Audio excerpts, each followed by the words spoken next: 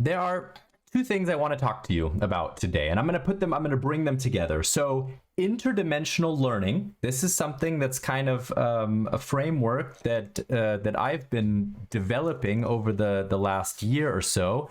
And this is about designing learning settings, and not just for school, but basically if you think about, so designing learn settings for, lifelong learning and for intergenerational learning. So if we think about the future and that we want to keep learning and we want intercultural learning, intergenerational learning, then we're going to need learn settings in the future that aren't just for schools, and they're not just for certain professions and groups of people. And so I just started kind of thinking about different dimensions of learning that I've learned about in the last years as a teacher, and also with my work with Educational Greenhouse. And one of the dimensions that's become very present now is the dimension of space, and thinking about rooms. What are the rooms that we're working in? And we never considered digital like methods. Digital was always, that was a tool, it was a method, it was a way of presenting maybe data. And we haven't really thought of it as about being really a space, an actual space that we can learn in. And thinking about it when we're designing a learn setting, then how do we want to use digital space? How do we want to use analog space? And collaboration is another point. And I know this is a big point in education, where everything is, okay, we take everybody to a school and we learn at the same time, in the same place.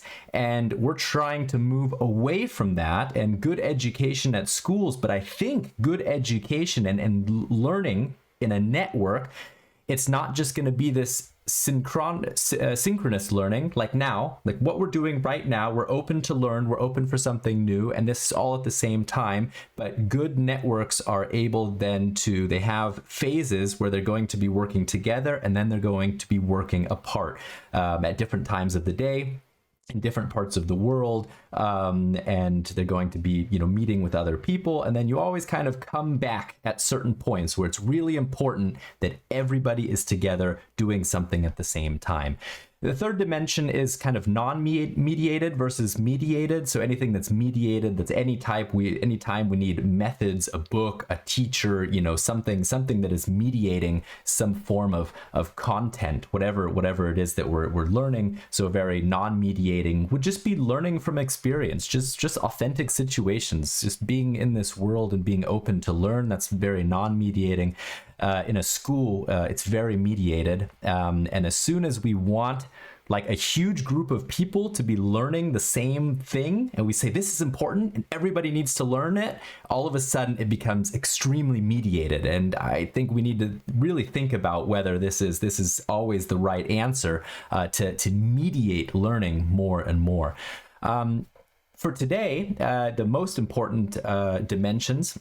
And the reason I'm talking about this is actually the fourth dimension of time. How are we learning from time? And I think most people would say, well, we learn from the past. We learn from our experience. We learn from things that have been written down. We can talk about wisdom, kind of like the best practice of learning. But Otto Scharmer would argue, well, no, we can learn from an emerging future, and that's this quality of time, and that's what we'll be talking about a little bit tomorrow. And the reason why there's the theory of you, and the reason why we need to learn from this emerging future is to influence systems in a positive manner. And that's kind of the fifth dimension, thinking about whenever we're designing a new learn setting, how are we influencing the system and other systems that are connected with it, and really thinking about whether we're having a positive influence. We love to stay in our system and say, this is very good for this child. And it sounds great, but this child is in other systems, and they're in other systems and in other systems. And a lot of the problems that we have today is because we break it down and get it into small units, and we really focus on certain things. And that's the best way to learn a certain subject. That's the best way for a certain person to learn. And we lose track of what's going on in larger systems. So like I said, we'll be focusing on this fourth dimension a little bit. And what Otto Scharmer, and he founded the Presencing Institute. It's kind of connected with MIT and in Boston, and that's where he did a lot of his studies. And the Presencing Institute is basically something, his theory U has been evolving over the last 15 or 20 years, and that's what he's been thinking about then, is, you know, how can we take collective action and make sure that we are having a positive influence on the whole system? How can we make sure that we actually end up where we want to? And he's seen so much going on, so many people that had really good intents, but then 5 years later, you realize that's not where we wanted to be. One example of that, and I think it's something that might happen if we're not careful in the next 4 to 5 years, is that I see so many schools that are realizing education for sustainable development, holistic, transformative education, that's the way to go. And that's great. And that's positive. And they are thinking about, you know, using digitalization then as a way of bringing people together and closing the knowledge action gap. But I'm kind of concerned about then in 4 or 5 years, when all of a sudden all of the schools have, in Germany anyway, have, you know, they're all digitalized. They're all using iPads or Microsoft Teams, and digitalization is equal to individualization or personalization. And they start thinking about, like, was that sustainable? Are we actually where we wanted to be? Now we have these electronic devices everywhere, and we think this is somehow better education and more sustainable. Nobody wanted that, but they might realize we didn't end up where we wanted to be. So Otto Scharmer, he basically says his thesis is that we're living in a moment of profound possibility and disruption, and he sees something dying right now, and it's this very egotistic, you know, it's about me, it's about bigger and better, it's about being number one. And then what I just spoke about is that, you know, collectively, globally, we're creating these results that many people don't really want, and we're losing a connectedness to nature. We're losing a sense of society, and really the loss of self, which is kind of connected to spirituality. So the question would be, well, where do we want to be? He says, well, what's being born in this kind of emerging future, it's not quite so clear, but it has something to do with a shift from kind of an ego system to an ecosystem, to kind of seeing, you know, a kind of a systemic approach to society and our role in society. And if you think the system bigger and bigger and bigger, then at some point you get to this, you know, societal planetary sense of awareness, and an awareness that attends to the well-being of everybody. And then, of course, the question, well, how do we get there? And this is where we get to the fourth dimension of learning. And this is something that I clearly took from Otto Scharmer. And he also got this from others as well. And it's one of the first, he said, what did he say? It was kind of his first step towards creating the theory of you, is realizing that there's two different sources of learning. There's reflecting on the past, which is what we're used to, which is what we normally do. But there's also learning by sensing into and then actualizing emerging future possibilities, and not doing that alone, but really doing that as a group, as a kind of a collective future possibility. And so his theory of you resolves around this process of co-sensing. We sense into this future and we co-shape this future then. So we're of course very much on the theory level. We'll get to kind of the practical sides of things. And what we're used to then in our everyday life is downloading. And it's pretty good. It gives us a way. We need to hold on to something. We need to hold on to things that we know. That's what we know. That's how I feel. And those are my plans for the future. I have plans. I want to go there, and I want to do it a certain way, and I'm going to get there because I know certain things. But when we basically go with a group and we say, well, we're going to kind of go on a learning journey, and we want to kind of, create something together and kind of and feel into this emerging future, then it's very important that we're seeing with fresh eyes, that we take everything that we know and put it to the side. We have an open mind, and so even though we know something, in that moment we don't know anything.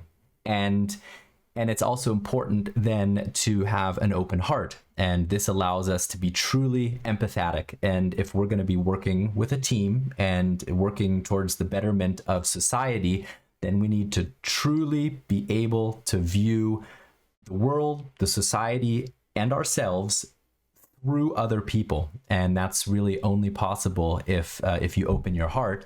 And he says one of the most difficult parts is the third one, an open will. Truly letting go all of my plans, everything I think I should be doing, that I wanted to do, that I know is my way or my path, that we just let it go. Just put it to the side. Anything can come. If I'm going to go on this learning journey with others, then I need to be truly open in all of these three senses. So he also, this sentence down here is from Otto Scharmer. You can look at this some other time. I already summarized it.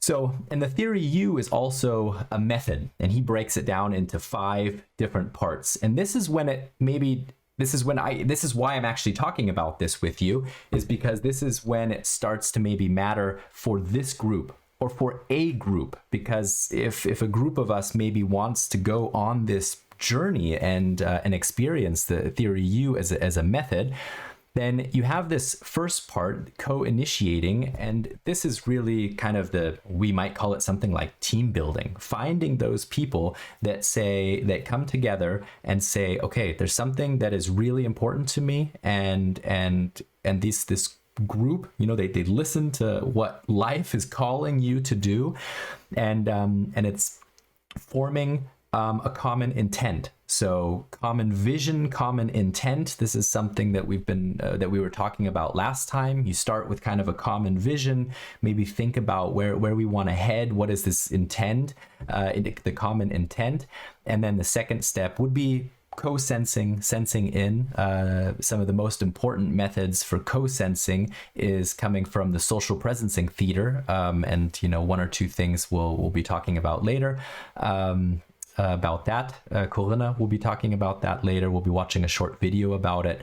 So, and then it goes through presencing. I don't want to go into too many details. Presencing then, and then into co-creating and co-evolving. So in the end, we're sensing into it, but in the end, we are taking action, collective action, and creating something new. So, and then we'll take it one step further. And this is now coming from, this is basically my attempt at combining what I've understood from Scharmer and letting him inspire me and kind of the framework that I've been developing. And for me, I see this U in kind of a different way. And I see this U as a learning journey. And so you have, when you're thinking, that basically means it's a learning setting. It's a setting, and we need to think about in international networks where we are spread apart all over the world. We're going to be needing to think about how we want to work analog and digital. What should we be doing in these different spaces? The second dimension, we need to be thinking about collaboration. Now we're all together working synchronous, but what should we be doing in the between times? What can be done apart from each other? And the third dimension, how much mediation is done? How even what's going on right now, right? This is also very much mediated, and with the theory of you, there's a lot of unmediated. There's a lot more of just kind of feeling into the next move, the next step, as a group, and there's a lot less mediation that's done. Even though we're very used to, we want that. We want somebody to kind of tell us what's the next step in processes, instead of as a group feeling into that next step. So the fourth dimension then is for me something that's cyclic. That's the theory of you, and I lengthened the one side because for me, if we're moving in a positive direction, then the first step is just throwing it away. I don't know what I should be feeling. I don't know what the next step is. So I'm actually kind of going down. I'm going down into maybe chaos, and I'm letting something emerge so that, you know, when we come out as a group, that we are closer to where we're headed. And where we're headed is this fifth dimension then, and that is the systemic dimension, so that we are really having a positive influence on a certain system and other systems that are connected with that system. So that's the theory U as a journey. And I've looked into what's going on with the Presencing Institute and some of the learning journeys that Otto Scharmer has also mediated and that he's gone through. And there's a learning journey that they went on when COVID came around, and they went on. It was called the Gaia project. And so you can also hear, I think this one right here, if you go, this is one of it. So we'll share all of this with you, these resources as well. And one of these links will take you then to this page of this Gaia journey. And so they went on this journey for 14 weeks, and they really thought about, what will we be doing digitally? What will you be doing analog in, your regions? So bringing people together internationally, and thinking about, how are we going to be working with spaces? How are we working with digital spaces, analog spaces? They had 1 week of more working together, and then 1 week where each person is in their own network and their own influence there, and where they were doing work, and then they would come together. So there was a shift week for week of working, synchronous and asynchronous. And then you can go through this process again and again and again. And then the theory U becomes much, much more than just a method. It really becomes a learning journey with these people. And me and Corinna were talking about it as well. And since you are kind of separated, you're going from mountain to mountain. And so you can't, and there's a big gap between. So you can't fall back. That doesn't work, because what we're changing when you go through the theory U, we're changing mindsets. We're not just changing, it's not just cool events, it's not just things on the surface. Every single time you are letting go of your entire mindset and everything that you know and everything that is right, and opening yourself, to take on a new mindset. And so once you take that first big step, then you don't just kind of fall back very, very easily. So what that has to do then with Educational Greenhouse and what we did last time is that this co-initiating then, because so when you think about it, like, whoa, that's way too theoretical. Who is this group? Who does this? And that's important, of course, that this group, that they say, I want to do that, and I'm ready to take time to do that. And this common intent is so strong, and it's so important to me, that I'm going to make time to do that with a group of people. And that's only going to happen if you spend time, maybe with a larger group first, and you really find out, who are these people with a common intent? What is our common intent? And we like to then use a method we call it the fridge method, and it has to do with effectuation. It's coming out of the world of entrepreneurship, and where it's not about, you don't set goals first. and then think about what we need to get there. You start with what you have. And so one thing you would start with at the very first, so the first step, and this has a lot to do with vision, is really as a group thinking about what is important to me, each of us, really important.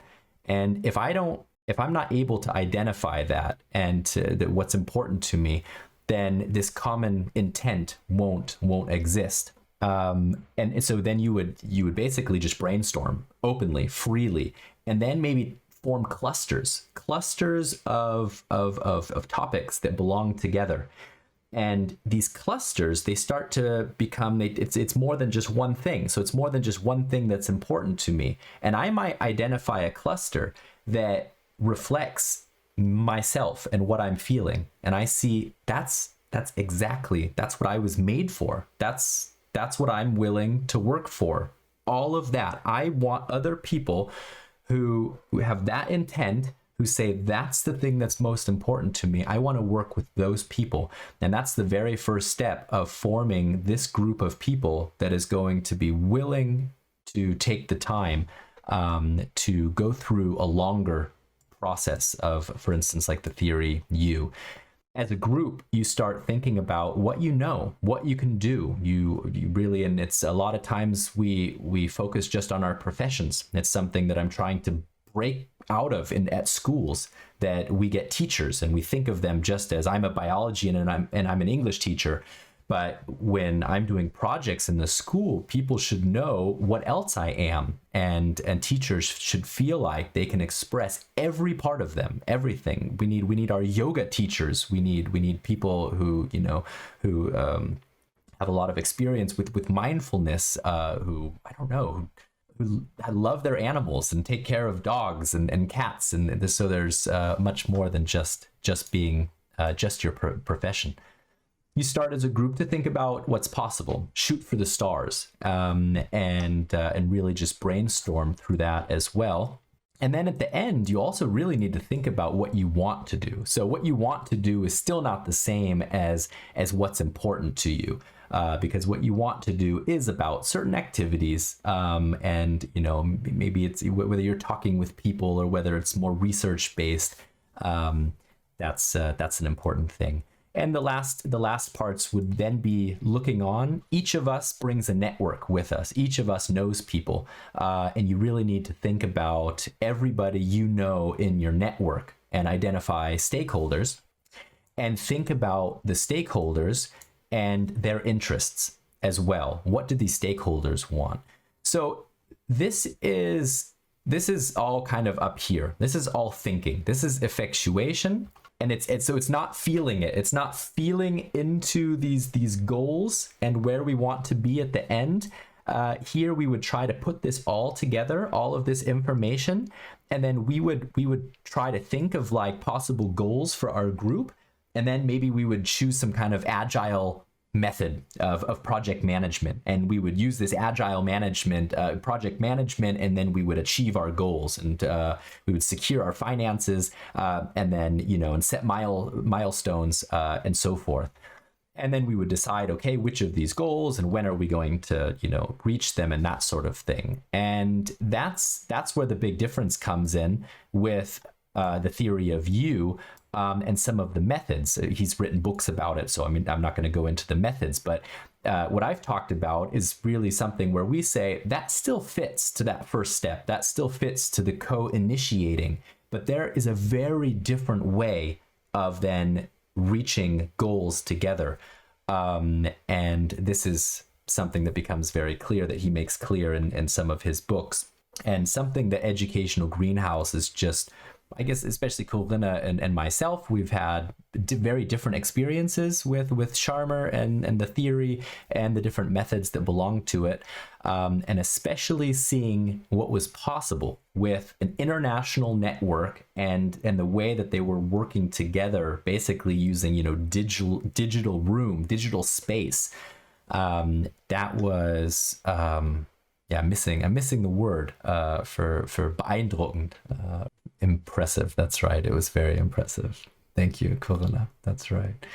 I guess the takeaway is really these two different approaches. Where are we going to take the approach, with setting goals? I don't know, smart goals and kind of going the project management way of setting goals, or would a group maybe also at some point be interested in a very different learning journey? And maybe it's something as a network that we can think about, whether there's some interest in that. And it's something we want to talk with you about at the end of this session.